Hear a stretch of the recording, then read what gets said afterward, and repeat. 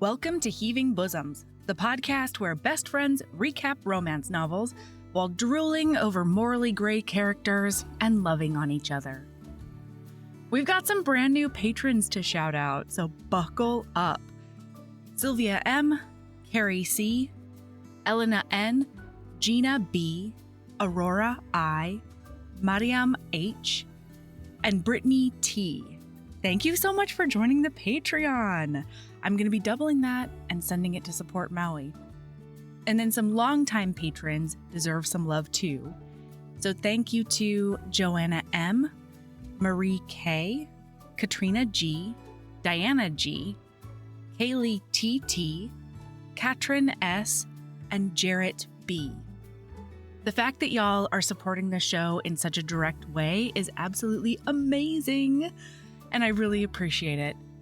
Remember, from now until September 18th, we are going to be doubling every new and increased pledge and donating it between the Maui Food Bank and the Maui Fire Relief Fund. If you pay annually, you get our 10% discount, but I will still double it as if the first month had no discount whatsoever. So this is a great time to access our over 170 bonus episodes, most of which star Aaron alongside me, and all the other goodies we offer over there. That's patreon.com/Heaving Bosoms podcast. Today, we're finishing up our coverage of King of Flesh and Bone by Liv Zander with Kimberly Lemming and Alexis the Sword. So again, this is book one of a duet, so we're not going to have an HEA this episode. But patrons, a recap of the second book and that HEA is going to be up for you this week. Before we jump in, quick content warning. In this episode, we discuss death, suicide, murder, violence, torture, forced servitude, sexual violence, dubious consent at best, fertility, and pregnancy. So take care. And do remember that this is a comedy podcast, and so there is also that spin. All right, here we go.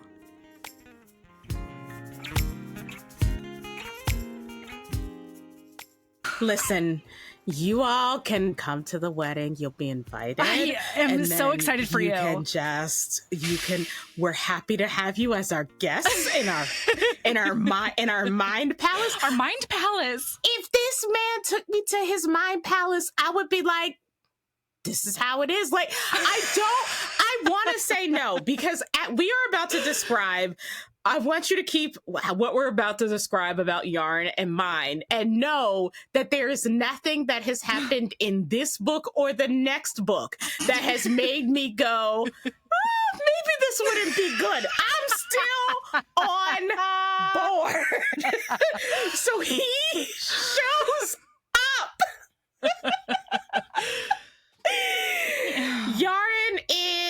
He shows up and he is immediately getting under his brother's skin. He is like, I mean, he's having a good time. He's insulting his brother. He's insulting the house, the wine. Everything. And well, because I'm sorry, listener. Because he's not, his whole job is to ride throughout the realms and make the corpses rot. Mm-hmm. And as a result, he gets like basically their resources. Yes. And so because he did some sort of vow to not rot any corpses forever, he has to like use the resources of the animals. Yes. And like nothing else in order to build his court. So so Yarn's like, there used to be feasts, there used to be architecture, there used to be like gorgeous shit around here. Yeah. He's like, this place was jumping. Yeah. So he can also hear her thoughts and speak into her mind. Yes. So he's extra irritating Enosh because Enosh knows that his brother is having a conversation he can't access. Right. Exactly. And he is a possessive, jealous god, and I ate that shit up. I love a possessive hero. Yes. And you can feel because he is like whispering to her. And here's the best part. He's whispering to her, being jealous and possessed, like, don't listen to him. And she's like, motherfucker, you ain't give me no reason to not listen to him and listen to you. And like, mind you, Yaren is narrating this. Yaren comes in and is like, oh, you've been fucking her, but she hates you, dude. Yeah, like, she is not into this. Actually, she's miserable. You know what she really needs is the sun. Like, turns out, like, you're just a big asshole, but you, like, want her to love you. You love He's, like, making this. fun of him. He is making fun of him. And he's being like, no, legitimately, she fucking hates you. Yeah. And seriously, get this bitch in the sun. Like, she hates the sun. Yes. And it is like Enosh is like grinding his teeth. At one point, he conjures some bone to like stab through his brother's chest. They're all immortal. They can't die twice. And he's just like, oh my God, I just like bought this suit. Like, do you know? Yeah. Like, it's tailored so perfectly to my body, you ruined it? Like, it is. And he is, his brother, in all of his mocking and sort of all of his, like, you know, kind of driving, is verbalizing what Enosh wants, right? And he is making it very clear, like, that this situation you have, that you've been deluding yourself is fine, where, like, you just bone out with her, and, like, on the inside, she wishes you were dead. That's actually not sustainable, and it sucks. And not only does it suck, like, you don't want it. Like, you don't want it. So what's wild is that as he's sitting there next to her, he's whispering, like, don't listen to him. He's going to twist your thoughts or whatever. And he's like, he's doing calculated strokes on her back to keep her muscles relaxed. Yeah. Like, it's a whole thing. Yeah. And then she thinks to herself, I've never been worth anything to John, while Enosh locks me away like a treasure. Yeah. When was the last time a man wanted me, lusted for me? Yes. Does the god not tend to my needs? Kisses me so gently? How much longer can I deny there's true pleasure in his touch? And then Enosh sticks a bone through Frendo's neck.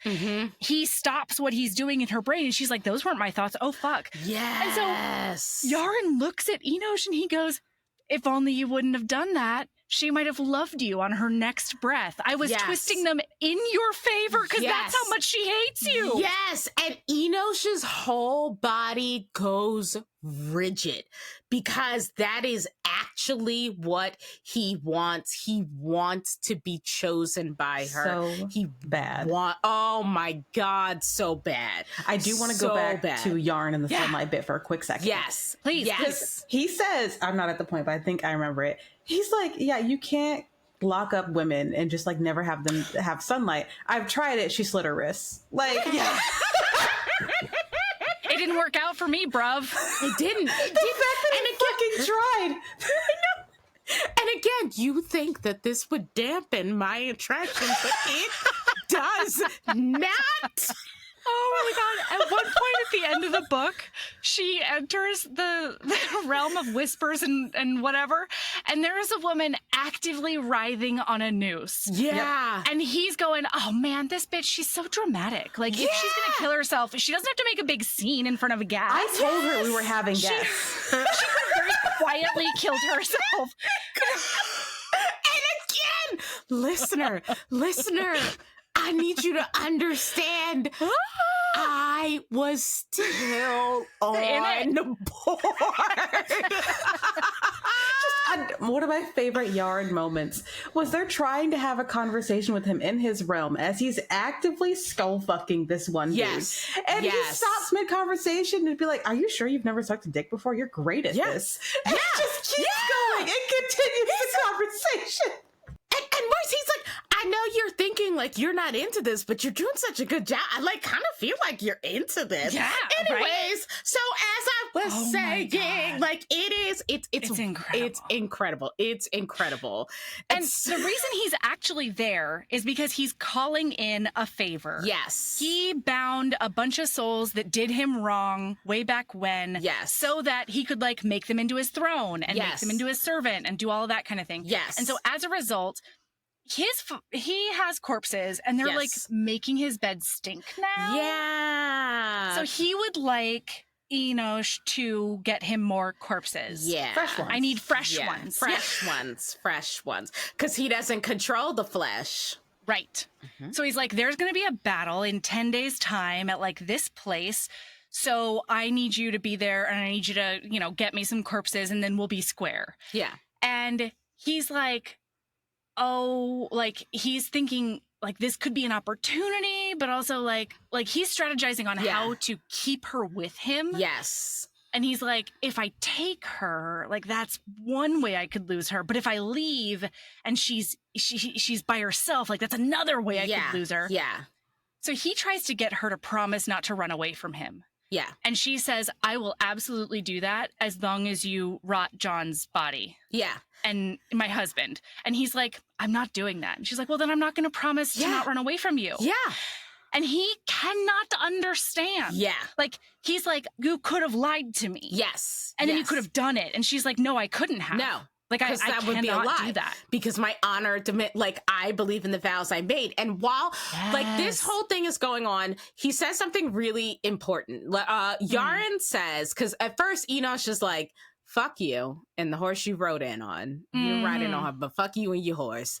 I'm not going to do it. And Enosh is like, he says, quote, now, brother, you might want to reconsider given the likelihood of you needing another soul chained in the future. And then Ada says his eyes flick over to her for like just like a fraction of a second.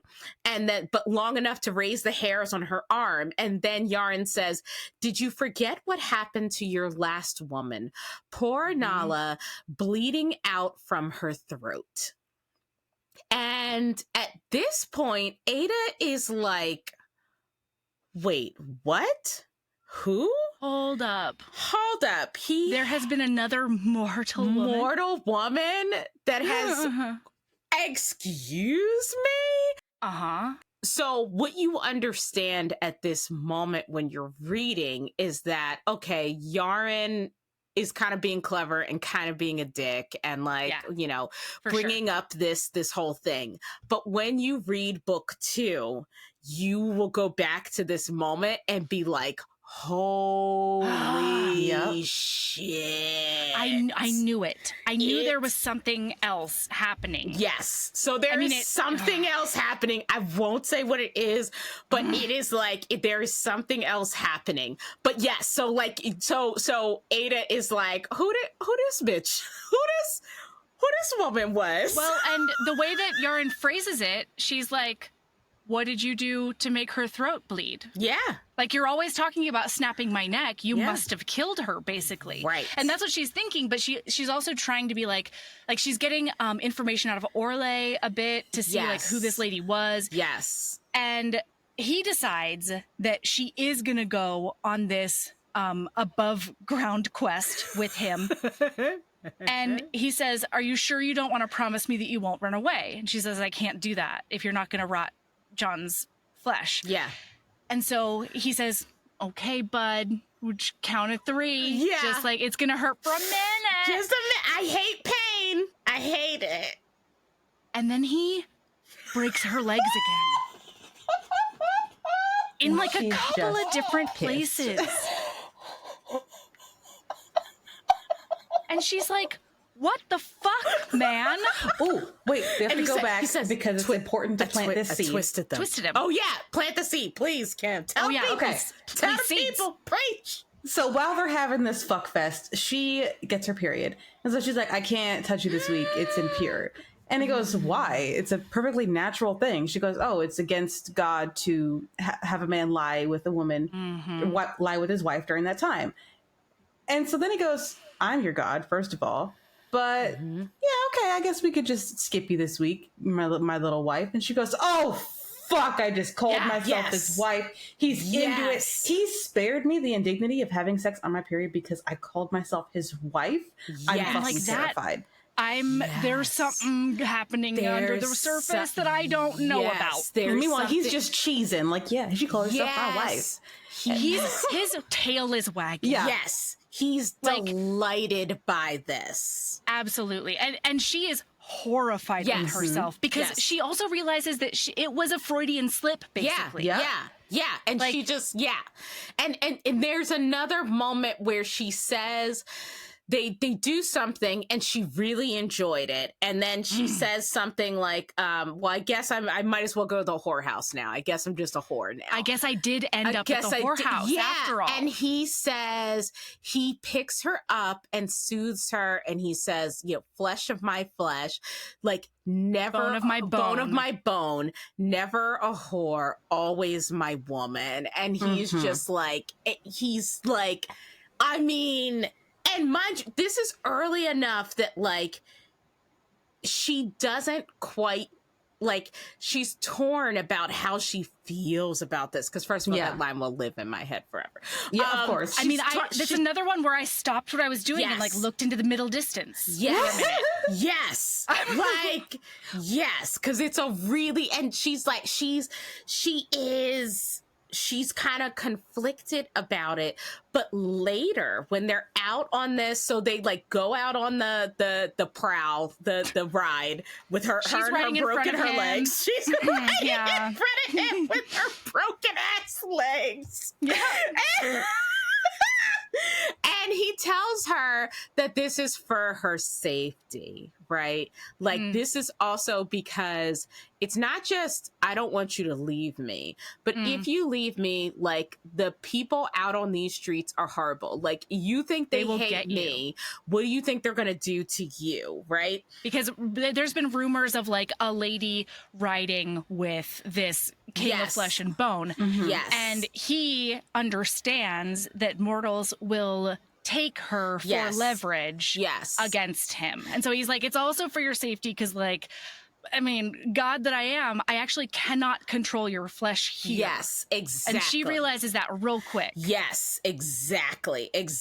And then when she says, and what would you, she asks him, what would you do to get me back then? Basically, like, if they took me, how much would you, what she is inviting him to do the thing that if you love a morally gray, if you love a villain, he's not even morally gray, my God, black, like, if you love a villain, you're waiting for him to be like, I'll burn this world to the ground.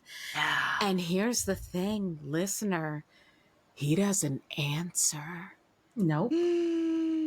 And all she thinks of is that moment where he called her his woman and how that had given her this ounce of dignity back and how just by not answering, he had taken it again. And it is holy shit.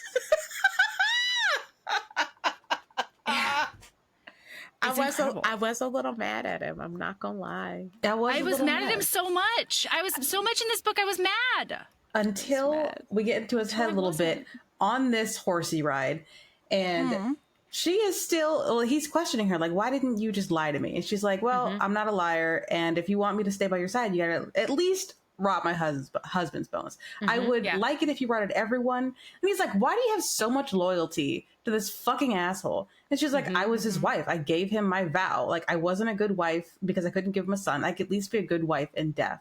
And he's like, that vow means a lot to her. Yes. What would I have to do to get that vow? Yes. Because eventually her belly is going to swell with my young. But oh gosh, a babe in such a barren place as my pale court. What a predicament. And there's so many temples between here and the pale court because we're already outside. Right. This is planning a life with her. Here's what I need you to understand. She confesses to him that, like, she was never able to bear a child. And, like, that's how her husband dies because, like, this, like, herb he's trying to pick is supposed to be good for, like, a barren womb. And she wants him to go and do it. And that's how he slips and falls and breaks his head. And mind you, the king of flesh and bone knows her flesh. He could see her body. He's like, bitch, you're not the problem. He's the problem. It was him. But in his head, he is like, oh my God, all this time I've been working on these feelings. I just got to give her a baby. And you know what? I would love to have a baby. I mean, okay, my house is a mess. You're right. Yeah. I I have not rotted enough dead to make this like really childproof. We have to do some serious nesting. Yeah, gotta do a little nesting. He's redecorating in his mind on this horse ride. On this horse ride. And he's just like, yeah. And then I'll just give her a baby. And I will get her vow, and I will know. Yes. I will know for sure that she will never leave me. Right. Because this is the only mortal who actually keeps her word. Like, this is amazing. Yes. And that's huge, too. Mm-hmm. Yes. He's never met a mortal who keeps their word. Yes, because what you learn is that one of the guys that is braided into his throne, as he describes it, was a man like a lord something, doesn't matter, fuck that dude. He came to the King of Flesh and Bone and said, I need to win this war. Like, can you give me an undead army? And the King of Flesh and Bone is like, but you gonna give me, like, how you gonna pay for this, buddy? So the guy is like, oh, you can have my daughter, right? I give you my daughter. And so as one does. One does, right? And so the King of Flesh and Bone is like, I am above that. But yeah, I'll take it. A companion, someone to like chat to, like, I'll take it. I mean, I won't say no, I guess. Yeah. And so that's this Nala or Najala or whatever her name is. He's so fucking lonely. He's so lonely. And so she comes, and basically what happens is she does not keep her word, right? She says that she loves him, does the whole thing. And then she like runs away, and she's like captured by the humans. She runs away like supposedly to help him, like help negotiate between her dad, who had like broken his word, and like other stuff. And so as he was looking for her and going to get her, this guy was like, please meet me here because I can make this right. Yeah. And like, you know, I'll take the original number of corpses, please and thank you. Yes. But he lured Enosh to a frozen valley that was so like, it was a tundra. And so he couldn't raise any bones. Bones wouldn't come out of the ground. Yeah. And as a result, he was captured and then like burned and eviscerated and quartered and stretched and like all the business for over and over again. Yep. Yes, for a fortnight. And mind you, because he is immortal and he does not die, all that happens, he never gets relief from his suffering. His body just regenerates, and he suffers endlessly. And at one point he tells Ada that like the smell of smoke he feels still like clings to his skin, like because she smells it sometimes. Yeah, she smells it sometimes, like because he was burned alive for weeks. Like it's he horrific. Cannot do fire. It's very not Frankenstein. It is Frankenstein. It's Frankenstein. Yeah, that's not the movie. Because the monster. Okay. Yeah, well, Frankenstein's monster doesn't like. Oh, yes. I'm thinking killing those camp kids. Yes, exactly. And so he's like scarred by that. So when he sees that Ada's word to her bullshit ass husband means so much to her that she will suffer, right, to keep it, because like he's like, that's why that has so much meaning and so much weight to him. And he wants that word so fucking bad. He's gonna get that vow. He wants it. He is hungry for it. Yeah. Oh my God. And so during other moments of this ride, like they get approached by people who want just like specific people to be rotted and get to rest. One of them is like a 4-year-old baby girl who died like a while ago, and it's really terrible. And the mom just wants to let her baby rest. And Ada, it like looks back at him and she says, will you just do this for me? This one thing. I won't even ask for John. Just please do this one. She's a baby. Like she's not capable of being evil. She's a baby. Yes. She didn't do anything to you. She loves kids. And he absolutely refuses. Yes. And it like sort of breaks something in her. And he realizes that it was much more meaningful than he originally thought. Yes, because again, this whole book is about words and how much do words mean, how much do they matter, and what do they mean in love. And so like this like staunch, like I will not break my oaths that he wants to adhere to, that he thinks is his way of expressing honor, like it is costing him this love, right? Because all he would need to do is swallow his pride and like do this favor. And I mean, do we find out? Am I an idiot? Do we find out who he made this vow to and why, or is that book 2, or like what the fuck? Book 2. Okay. So I'm not. I just don't know. You just don't know. Told me yet. Yes, man, isn't it a good payoff? Also, what a payoff!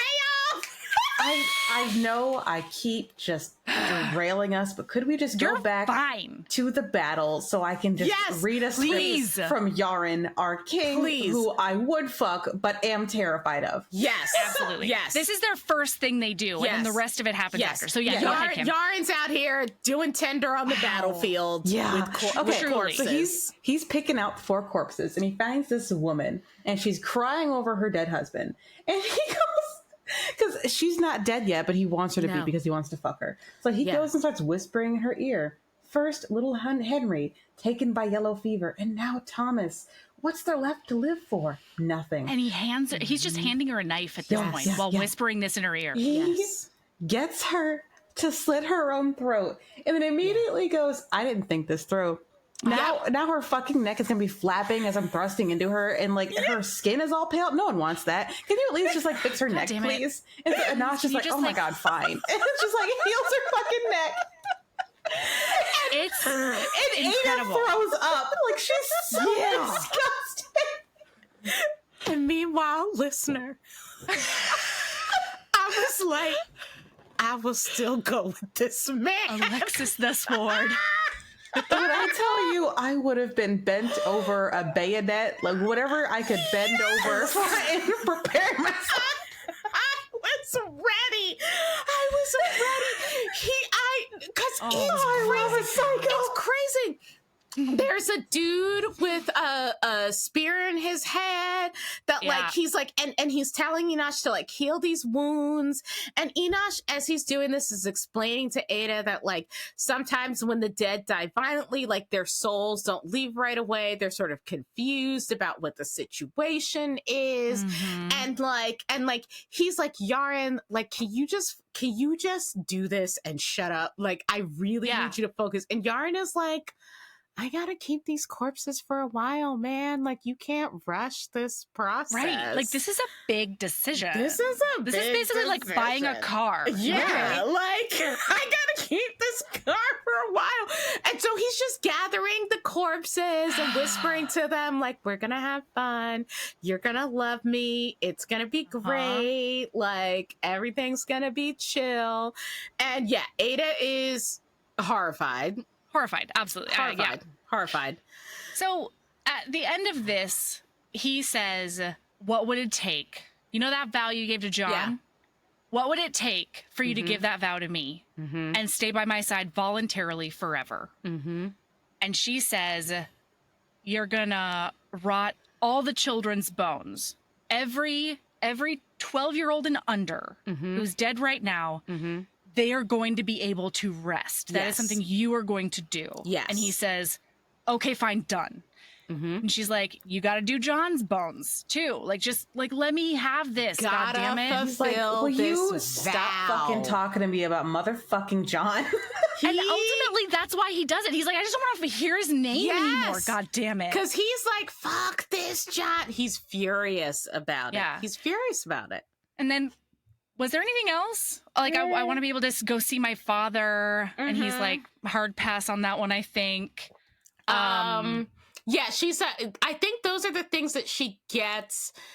And she's like, and again, because she's infinitely practical and I love her. She's like, okay, 2 out of 3 ain't bad. Like, she's willing to accept that she didn't get all the things that she wanted. Oh, and she wants him to unbreak her legs so that she can enjoy her wedding, like her vows to he is like, no. Well, and then she says, and I want to be able to go outside every day. And he says, nope, absolutely not. And then she's like, once a week. And he's like, nope, still not. And she's like, okay. And he goes, once a fortnight for a short time and I will be there. And she's like, done.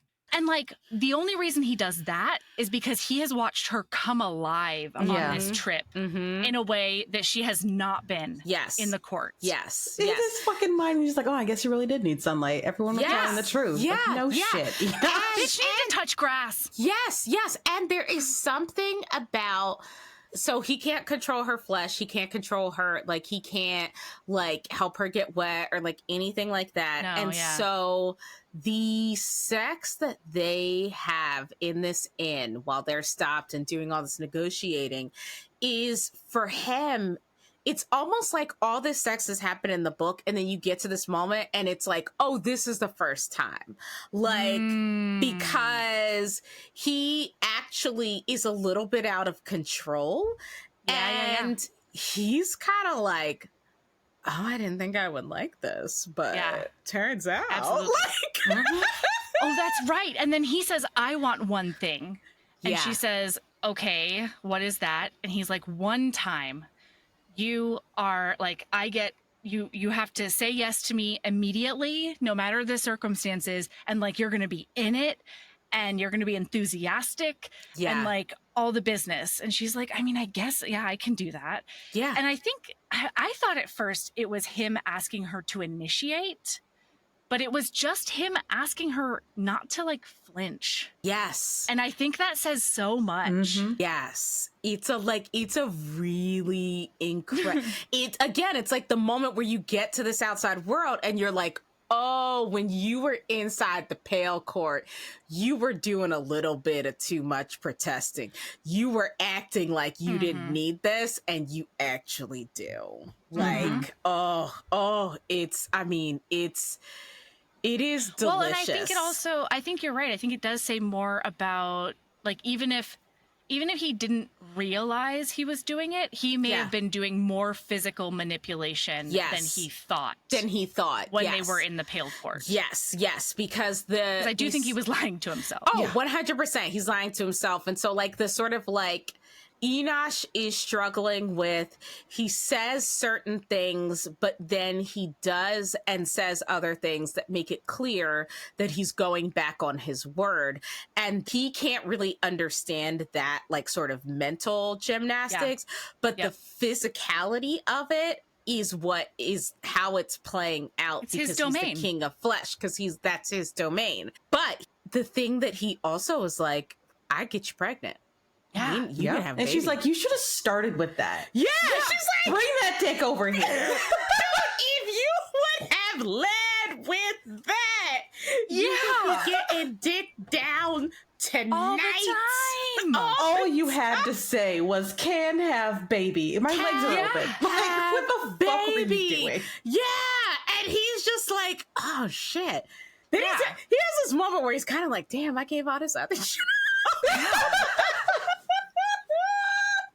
God damn it. Like, she would have married me for baby? I didn't have to ride. Damn. I had to ride no one. I could have just gave her this baby. Damn. Well, but he also doesn't yet, because they go back to the Pale Court. And, like, don't they play house for a while? Isn't that what happens basically here? Basically. Yeah. And it's lovely. They're actually getting to know each other now. Yes. Because there is consent involved. Yes. For the first time in their relationship.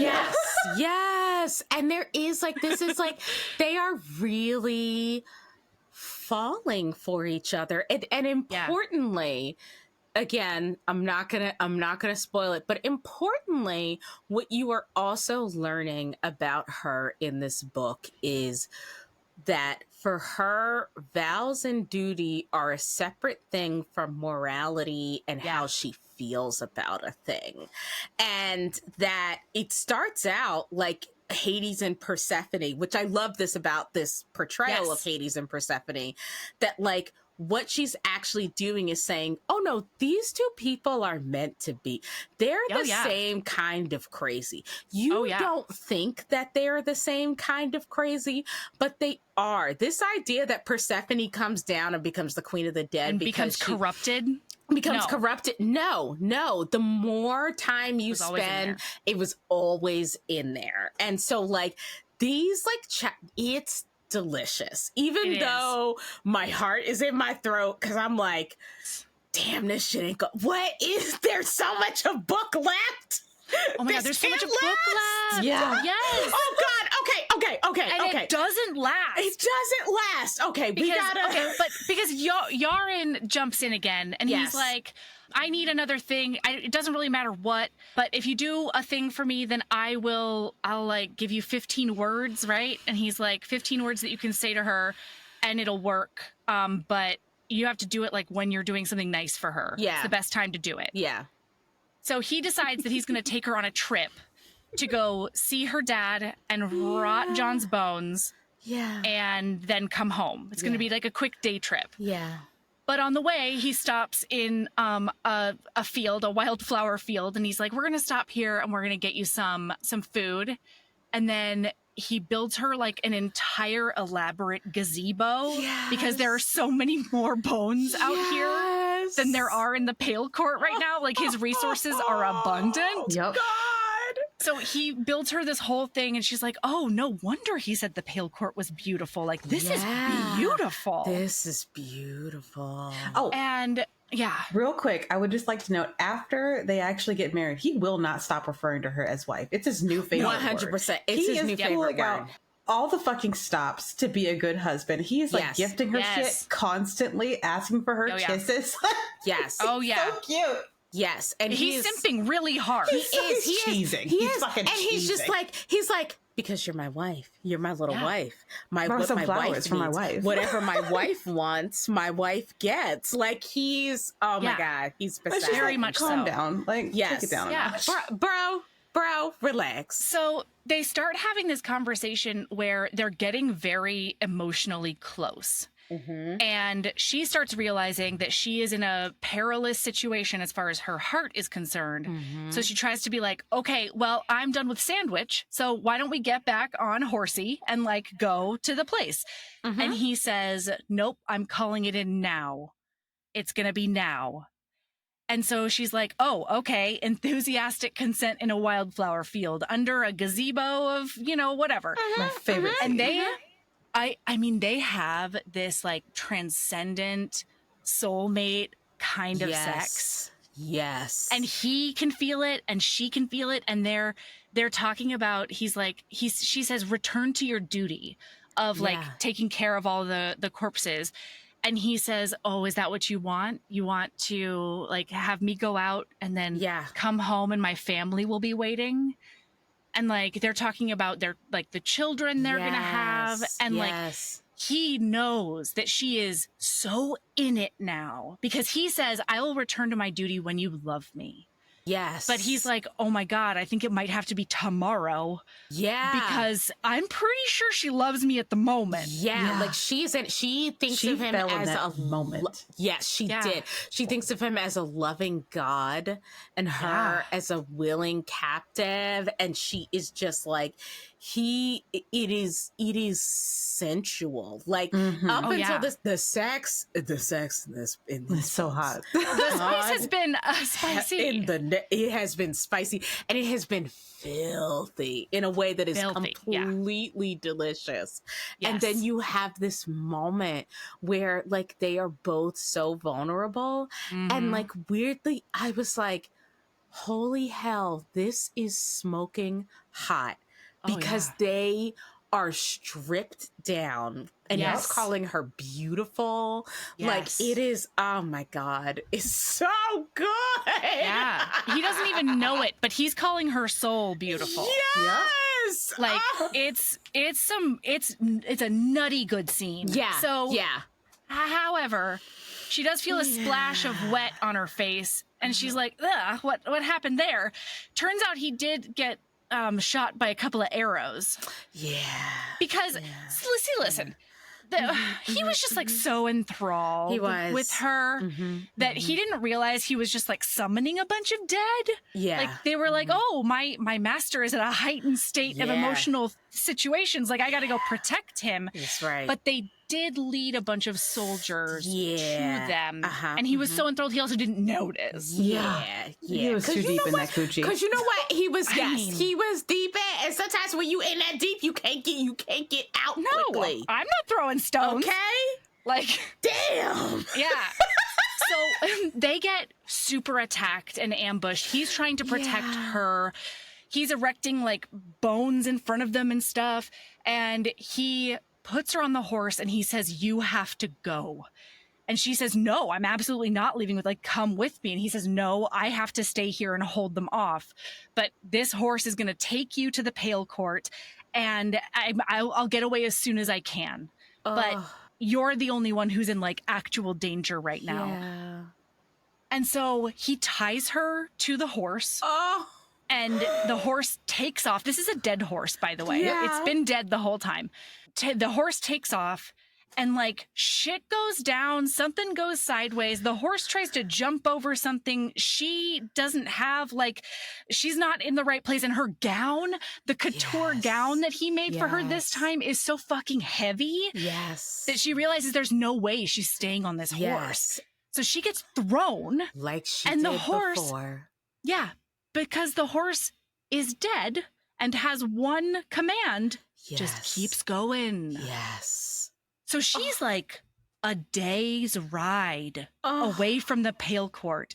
And she's like, "Oh my God, like, what do? I can't make it there. It'll be a 3-day walk." Yeah. And like, I'm closer to my house, but also like, they're going to be looking for me.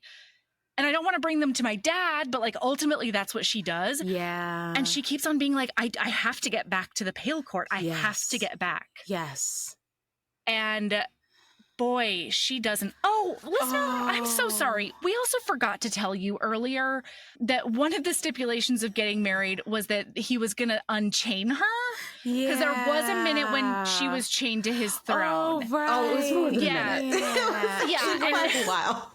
And she's got a bone collar that has like a diamond in it. And like, he's like, "You can get rid of the chains, but like, you look so good in that collar." I do really like you. But, like, that's staying. Yeah. And So she's wearing a bone collar with a diamond in it. Yeah, and here's the problem. Conspicuous. It's conspicuous. And there is a moment of foreshadowing where she asks him about this. Because she actually is like, "I'm a poor, I don't even know what the fuck this is."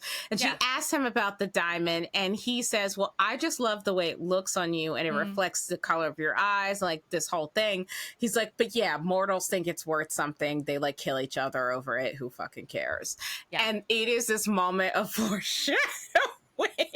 This author is a master of foreshadowing. She is a master of her craft, because like at this point, it is like he has been trying to control everything. Yes. Right? Even as he is falling for her and she is falling for him, he still sort of, because he's a god, remember, he still sort of has this delusion that everything is in his control and can remain in his control. And he sort of doesn't accept that that is not the case until like this situation is upon them. And the thing that actually gets her in trouble is not the people or the situation. It is that he is never willing to relinquish control. He doesn't arm her. He doesn't prepare her. He sort of just lives in this fantasy world where like he will just be able to protect her forever from everything. And he does not, and he has no experience with the outside world because he's been so withdrawn from it. I mean, we skipped over this, but you find out that like part of the problem with him being able to use bone is that he has literally wiped a section of the world off. Like he's literally decimated an entire part of the world. That's why he doesn't have bone to draw from. Like, and like he did that over a girl. I will say that. So like think about that, listener. Yeah. And he's I just feel like that's going to come into play. Yeah. There is this really, I missed this quote, but like early on, Orle says like chapters and chapters and chapters ago, she asks she's talking to Ada and she says something like the dead and the living forget, right? But gods are like unending and they rage on. And what she says is like, she's saying like, whatever grudge he has, he's not like you and I. He won't get busy with life and forget it. He won't die and let it go when his soul departs. He will just let this build and build and build until he can't see beyond it. And like, you are watching that play out in real time. Shit. So when she is desperate to get back to this castle, even though you're not in his head and you don't know what's going on, you know there is this tension. Like, I was like physically I was reading the last part of this book like shaking.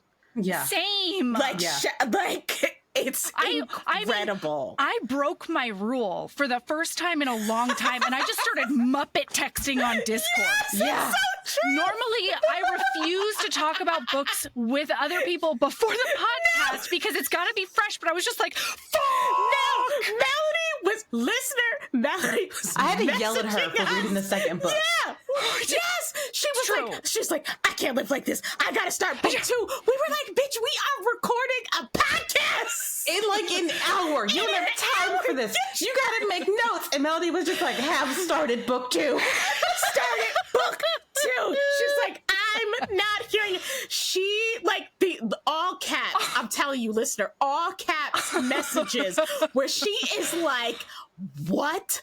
Melting down. She was melting down. I'm saying, oh no, he has abandonment issues. Like, he's gonna think that she's fucking off. She's breaking vows. And keep in mind, she's not. It's not just her that recognizes this. You see the snippets in his paragraphs where it's like from his perspective. Like, here's a line where she's like saying, oh, I want you to rot all of them. Like, all people ever. And he goes, I'm getting the sense that my wife will not stop pestering me. And then she goes, a husband's lot until he dies. She shrugged, chewing down a self-satisfied grin. Or in your case, for eternity, like teasing him. And he thinks, such was the ignorance of her mortal mind. She didn't understand that I favored an eternity plagued by her ambition over a single stroke of time without her by my side. And I'm like, I am seduced. Yes. Also, he's going to burn the fucking world for her if anything happens. Yes. And she has, and mind you, remember, because she asked him, what would you do? And he didn't answer, right? Like, he is. Oh my God. The last part of this book is brutal. It's brutal because the heartbreak that is happening on both ends because they have just found each other and have begun this love story. It is brutal. Like, and it's awful because like when they're in that field, she's like, I wonder if I could be pregnant now, and he says no. Yes. But then while she's out, like trying to buy, this poor thing is like hiding and also trying to like fish and gather and do enough stuff to get enough money to buy a fucking mule to get her and her dad back to the Pale Court. Yes. She's like doing everything she can to get back to the Pale Court. Meanwhile, she's throwing up behind bushes. Yes. She doesn't know what's going on. Yes. There's no, I'm sorry, everyone. I do have to take a quick pause for the piss ponderer. What was it? Oh. A piss premonitioner? No, I'm gonna a piss. Don't worry. I think all I have to Google in here is piss. Oh my God. Piss prophet. Do you have a piss prophet? And this is a person who in this world just like tastes pee of women and is like, preggers or not. Yeah, and do you want me to blow your mind? Yes. Is that real? Okay. I'm sorry. Listen. Real? Alexis the Sword is going to take a little bit of her like day job life real knowledge. Please, So, in early, in what we would consider sort of the early modern period, alchemists, right? They would do a lot of what was called urinology, right? They examine the pee of people, right? And again, this sounds crazy. saying to us. But like the smell, all of those sorts of things were ways that they would analyze and diagnose what was wrong with you. And even though, like, on the one hand, people were sort of like, ugh, gross, like those people are like trash, it was also like a pretty lucrative business. It was like how they were able to pay for them to do their other scientific experiments. Well, and like, so for something like diabetes, that would work. Yes, exactly. Like, so like, if you want to diagnose that I ate asparagus yesterday, that'll work. That'll work. So like, keep in mind, there are limitations. I'm not saying it's like a good, but like it's actually, it is, she uses a colloquial term for them, which makes them sound like crazy and not real, but like wonderfully hilarious. But like, no, but it was real. Yeah. Yeah, absolutely. No, but the piss profit just made me howl. Yes. It made me so happy. You need, because at this point in the book, you are so sad. So you need this profit rolling in, being like, oh my God. Yes, just pee in this little pot here. I get to the bottom of it. Mm-hmm. Melody. $5.99. Yeah. Could I give you a little thing to just keep in mind for book 2? A little reminder? I would love that. I would love that. Yeah. Do you remember when they were talking about like, oh yeah, we can't sense each other? Yes, I do remember that. And I think it's bullshit. And I think there's something afoot. Do you remember? Sorry, everyone. Do you remember when Enosh was talking about how his ex-woman was also pregnant and how he lost his daughter because she got pregnant? He sensed her. He sensed her. He sensed the baby in there. But he couldn't sense the baby in this bitch because she pees on some herbs and they do grow in a very telling way, and that means she's pregnant. But okay, and he cannot, like, he doesn't think she's pregnant. It's fucking mortifying later. It is. It is so fucking bad. So she's like, I'm pregnant. I'm a midwife. I know this stuff. Yes. Meanwhile, the hunt for his woman is like turned up to 11 because they've been roasting him and eviscerating him and like doing all the stuff that they did before, but like way more and harder. And like, they're trying to be scientific about it even. Yes. And they know his true name now because he did write it down for their wedding ceremony. And like, and he hadn't realized that the priests who like erased everything about these gods to the general public have been using as much of their knowledge as possible to figure out ways to better like corral him and torture him and all the stuff. So like, he is not okay. No, not at all. No. And there's no way out of this. No, it's brutal. They're cutting off his penis. Like and that's not even the worst of it. No, it is. I mean, be prepared. Like I said, it is. You should think of these books as two books. You need to read both books to get the really.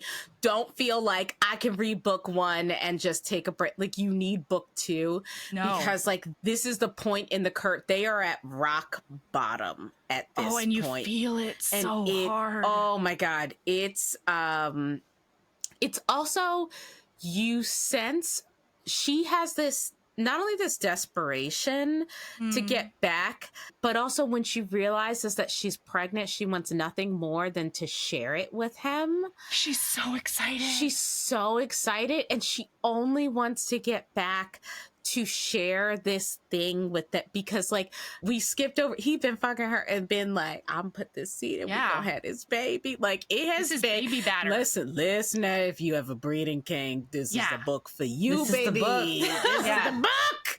This will do some things for you. This will do some things for you. And like, so she's so excited. And like, all of her dreams are coming true. Oh my God, all of them. And all she wants to do is tell him and be with him and build this life that they were talking about in that fucking field. Yes. So she thinks, she's like, fuck it. I didn't want to use this stone, this like gemstone, because I thought it would cause too much attention to come to me. But I think it's too hot here. Like, and I'm in a remote village hiding out. And even here, it feels like it's too much. Yeah. So she goes to get a mule, but a bunch of priests roll in. Ugh. And a bunch of the, like one of the people that she's been like hanging out with and like helping through her sciatica during pregnancy, you asshole. Yeah. Yes. Because remember, she's like, they will use her for her services and what she can do, but that is no guarantee of how they will treat her and how they feel about her. Yeah. And it comes full circle. She sort of ends where she begins. It's like, it's Rose. Fuck Rose. Yeah, you're a bad person, Rose. First of all. So she's like, hey, brother, I'm pretty sure this is the lady, and like, it's gonna be 50 gold coins for us. And they did say like preferably alive. Yeah. So I feel like we should just skewer her and take her to the place. Mm-hmm. Meanwhile, he has just been rescued by Yaren. Yaren has finally decided to show up after 2 weeks of hearing his brother calling out to him mentally. In this horrific torture. Yeah. So meanwhile, he's like, your lady's not at the Pale Court. And I don't know why you would think that. And he's like, no, the only reason that I've been even remotely okay these past 2 weeks is because she's safe. And she's waiting for me. And he's like, no, super not. She's super far away, like north, I think, maybe. Mm-hmm. And like, I don't know. All I hear is her saying, like, I don't know, the name Enoch. And that's, she's so far away, though, that it's just like blips and bloops. And like, I don't know. She's thinking about what kind of stew she's going to have later. And she is elated. Wow. She's so happy. Right now, all of this is real weird. And so he's like, she left me. Yes. She left me. And he's trying to talk himself out of it because he knows her better than that. Yes, but he can't. But the more evidence he gets. The trauma means he can't. And here's the thing. He has nothing to counter what Yaren is saying because, like, he's like, well, this... You know what? The insides of people are a mystery to me. Like, he is regressing, like, before your eyes. He's so and broken. Oh my God, it's so painful. It's so painful. Like, and like, Yaren is not, I mean, if you think of them all like Faye, it makes a lot of sense. Sure. Because I will say, like, Yaren understands what's happening in her mind, but he doesn't know what's happening in her body. Like, he doesn't have command of the flesh. All of them are dealing with like 25% of the information. Yes. Like, do you know what I mean? No, absolutely. That's definitely part of it. Unfortunately, everything he's saying to his brother is true. Yep. Because she's thinking the name Enoch because she's like, oh, if it's a boy, we'll do Enoch. And if it's a girl, we'll do like Maria or something. Mm-hmm. And then like, she's so fucking happy about this pregnancy because it's what she's always wanted. It's what she always wanted. So he knows that she's happy, but he doesn't really know why. He doesn't know what's happening in her, like in her body. And all he fucking thinks is, who the fuck is Enoch? This bitch married somebody else. Married some dude named Enoch! That's the other thing. So because his trauma is that when the lady, his past lady Najala got like sort of taken, she never fell in love with him at the Pale Court, and she fucking hated the Pale Court because it was like gross. Yep. And like Najala, I'm so sorry, no lies detected there. Yeah. It's gross. I'm gross. Sorry. I would just be into it, but like... same. She's just not spooky enough, and she's also a fucking bitch. Yeah. So he knows that she never fell in love with him, but when he gets there to save her, he realizes that in the months they've been apart, she has fallen in love with the guy who's sort of keeping her captive. Yes. And so everything is playing out over again. Yes. Like, she didn't go home. She's in love with someone else. All the bullshit's happening. Right. And so I'm actually not super clear on how this happened, how this like really played out, because A, mysticism, and B, everything in my body was rioting. And so I was a little bit distracted. Yeah.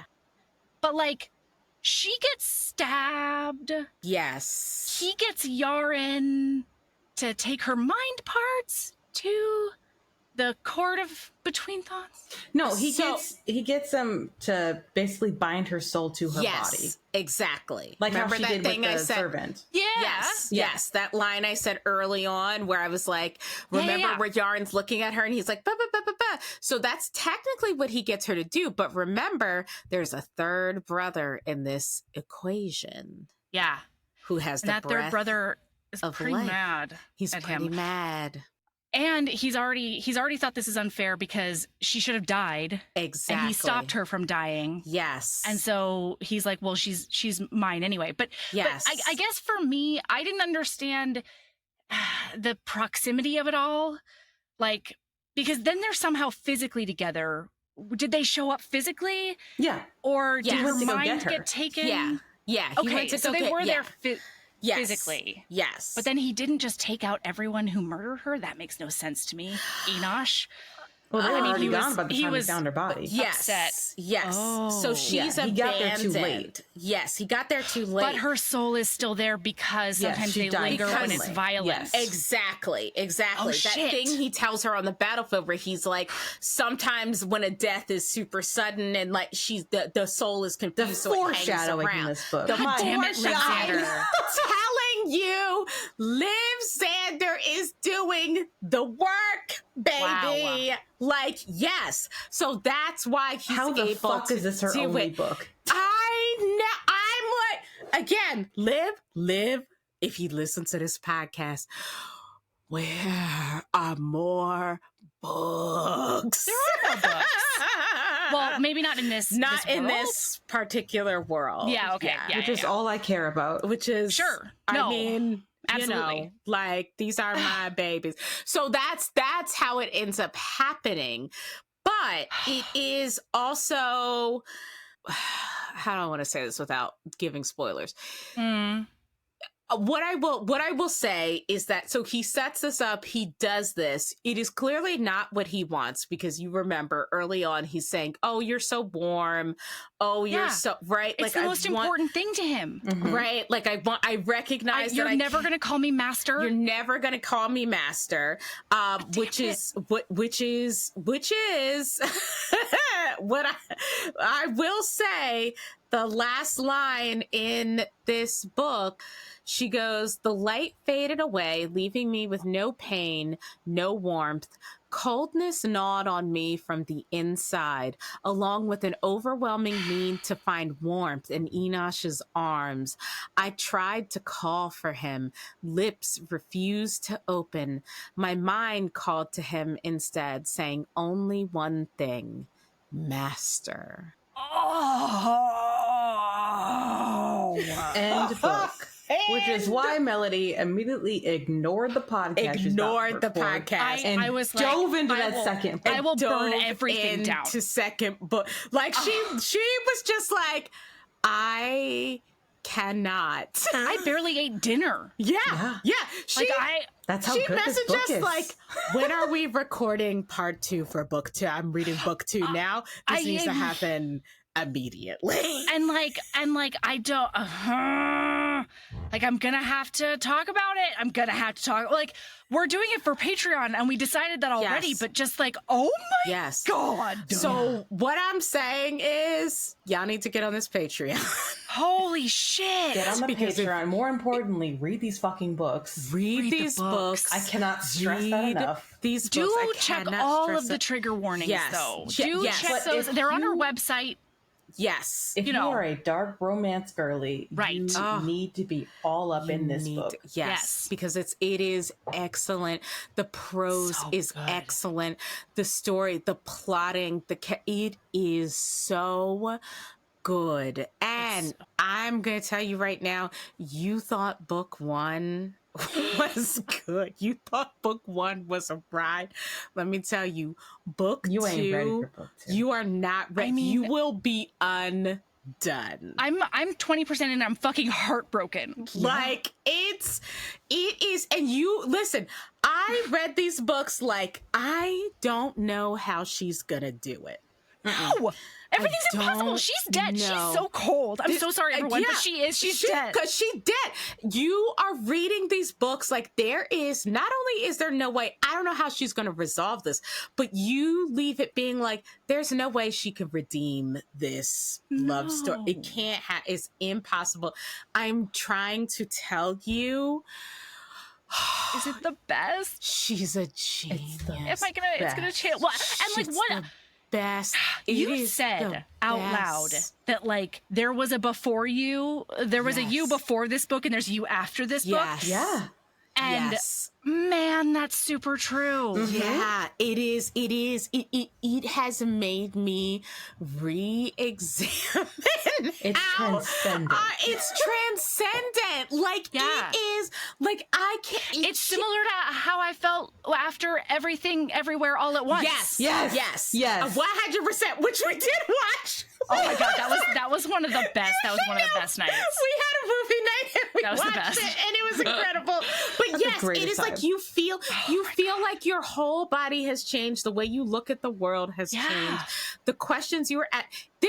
I will tell you, this is a book that I read that made me be like, oh, okay, romance is like fucking coming for your ass. Like it is a book that I feel like is genre defining because it does what it does so well. And it has made me, every book I have read since then, I have looked at and compared to this book and been like, are you doing the motherfucking work? And the answer I have to no. like I'm gonna send this to Naima if she hasn't read it. Like Naima needs to read this book to read it so badly. Like she's gonna she's gonna love this book. Yes, these books. Yes. So just to give y'all an idea of how much Alexis and I are feral for this book, we have like a fake fantasy harem of bookmen in our heads. And at any point, there is always a king of the harem. And it has been Enosh for like, since this book came out. Like, it has not changed. Yes, it has not changed. And mind you, here's the thing. Before this, like, this is like how we felt about the Laura Thalahassa books. Right? And so Famine. He was king for a long time. For a long time. Yeah. And the King of Flesh and Bone came around and we were like, Famine is still in the harem, but he's in his seat. Like we do, like Demoted. It was, but there's a lot of things in those series that like I see in this series reflected that like they both do really well, and it's like it is, man. I love me these like messed up guys who like they have no sense of the world, nothing around them, but they do know one thing: they want this love interest and they will do anything. And I'm on board. Like I don't know, it's interesting now that I'm thinking about the Horseman books. So one of the things that's really fascinating to talk to Katie about is when she reads something and she's like, I have to write something in conversation with yes and that's sort of what this feels like. Yes, it does. You're so right. Oh my god, you're so right. It does. It feels like these books are in conversation with each other because like they are very much about these, like, because the thing that drives Enosh is this sense of duty, right? Because he's not born with anything else other than like he comes into being with this sense of like what he is supposed to do in the world, and that's not enough to sustain him. And in the Horseman series, that is also true. Every single one of them horsemen finds like my duty has been to spread rod or to to end the world because humanity is bullshit, right? And it's not, that duty is not enough to sustain him. And like, oh, that's good. Oh, that's good. I it's listen. Shit.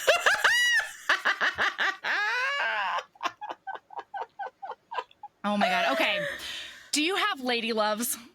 I have one. My lady love Yes, is read okay, this you fucking start. book. Yeah, read those books. Read them. Do it. Like, Okay. be prepared to be transformed. Yes. But do it. Yes. Mine is a little flick called Nimona. Have either of you heard of it? I love that have. I love I've a seen Nimona. this. Oh my God. I die for Nimona. Mm-hmm. I like it's so good. And it's another one of those, Kim, that is sort of rooted in the retelling of a story, similar to how the religion was treated in this world. Yep. But yeah, it's so beautiful. There's a knight, and like it's sort of like a Knight's Tale. Yeah. Meets, I can't think of anything else, but he's like a knight. Yes. And he's lowborn. Yes. Yes. And he's getting like framed for killing the queen and stuff. And she has always been very misunderstood, and she just wants to fuck shit up at this point. Yep. So she offers herself as his sidekick, and he finds out that she's like a magical shapeshifter who can change into anything. Yes. And the climax, when he puts his hand out, like I was not okay. Nope. And that's my lady love. It's worth it. Go watch Nimona. That's a good lady love. I did watch it. I watched it.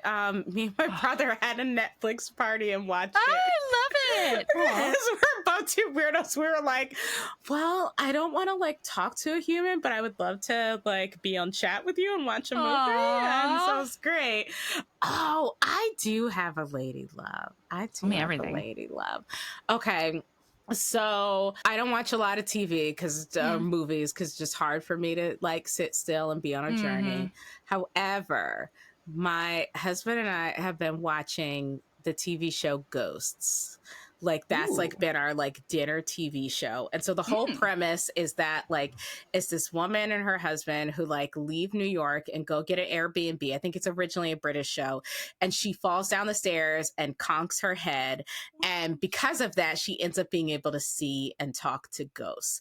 And these ghosts are just like trapped in a manor where they're just like, oh, this bitch can see us. She can solve all our problems. And I am telling you, I mean, the episodes are like a half hour, and they manage to both have this like overarching, like this like long character arc, but also like episodic. And it is both heartwarming and hilarious and like heartbreaking. And the ghosts are from all different periods of time. So there's like a Wall Street bro who was in a frat who died in the 80s naked with no pants because he was doing a prank, and he stuck like that for eternity. But also like a Viking and like a 19th century Victorian woman, like a jazz singer from the 30s. It is hilarious. I love this show. If you just need to watch something where you're like, I need my brain to feel so good when something is over, like watch it. It's like I said, it's a half hour, not even a half hour, like great. 25 minutes.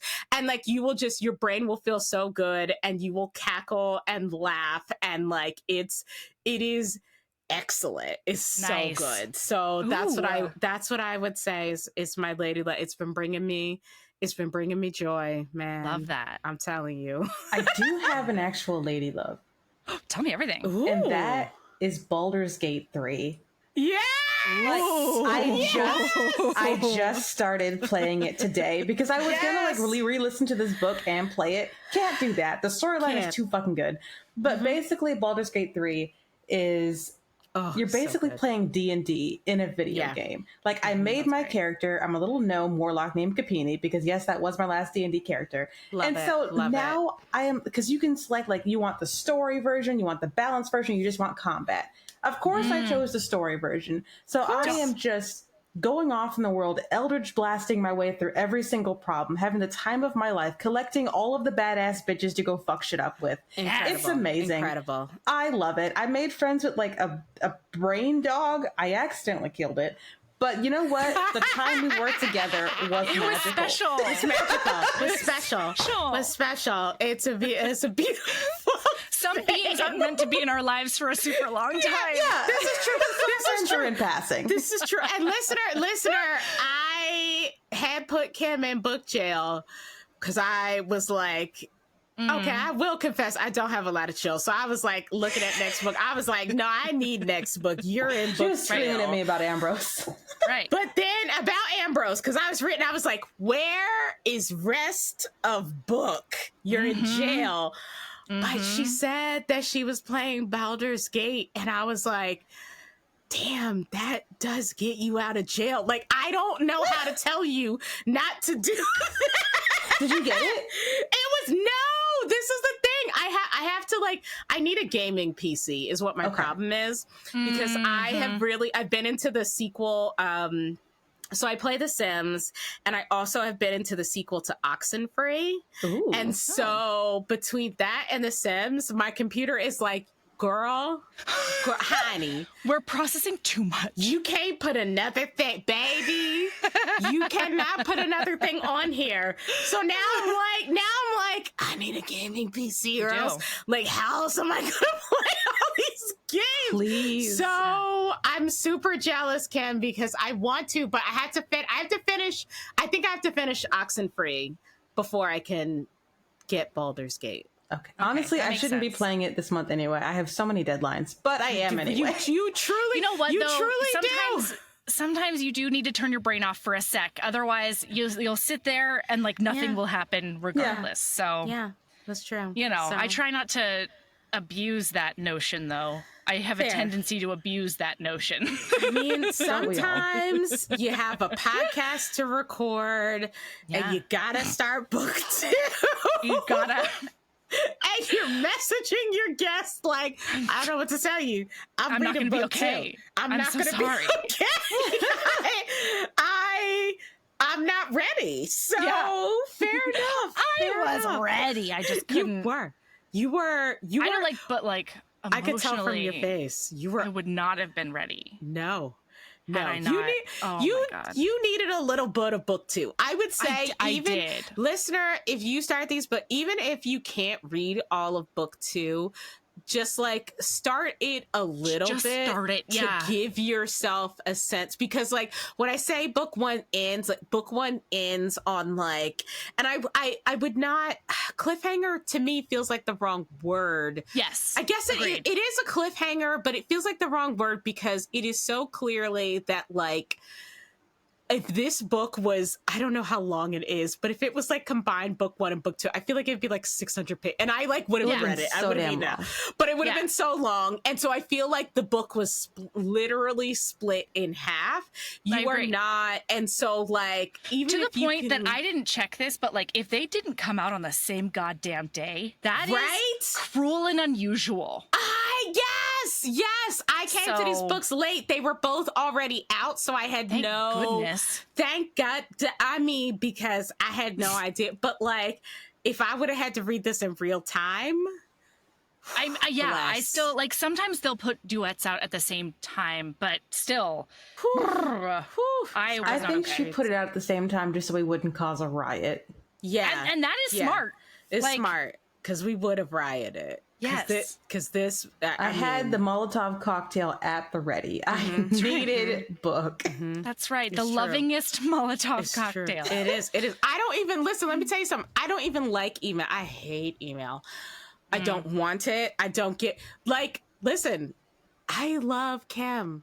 I'm not subscribed to her newsletter. Like, I cannot get email in my inbox. I can't have it. But I was so desperate for news about this book that I subscribed to this newsletter. And like, all my author friends were like, what is going on in your life? And I'm like, I need to know the second she publishes. I need to have knowledge of it. That's how undone I am. Like when I need to cancel my whole weekend. Yeah. Like, honestly, just take a week off because you're going to need the time to digest it. Because my God, I hope the next book is Yaren. I want it so bad. As much as I'm terrified of him, is as much as I want him. I say I would run. Yes, I would run like 3 feet and then hope he catches me. Like looking over my shoulder. Is he here? Stop! Don't stop me! Yeah. Look at me run! Look at me! I'm so scared. No, my suitcases are packed. She's got her. What's that betrothal? Yeah, my betrothal. You've got your trunk full of your linens and your trunk it's like ready to go. He's like, "Do I need to?" I'm like, "No, I don't, sir. I actually don't even really need to slit my throat. I'm good here. Actually, I'm great. Fine. I'm not. Is that the entrance over there into my palace? I go. I'm skipping. I am skipping through the clouds into this my palace. It's my palace. Oh my God. Okay, we have to come up with a keep being a badass. Yes. Keep being a badass and love yourself as much as you love morally questionable gods that would burn the world for you. Yeah. Amen. Tell the people. Tell them. Like, wow. Yeah. Yup. I love That's it. it.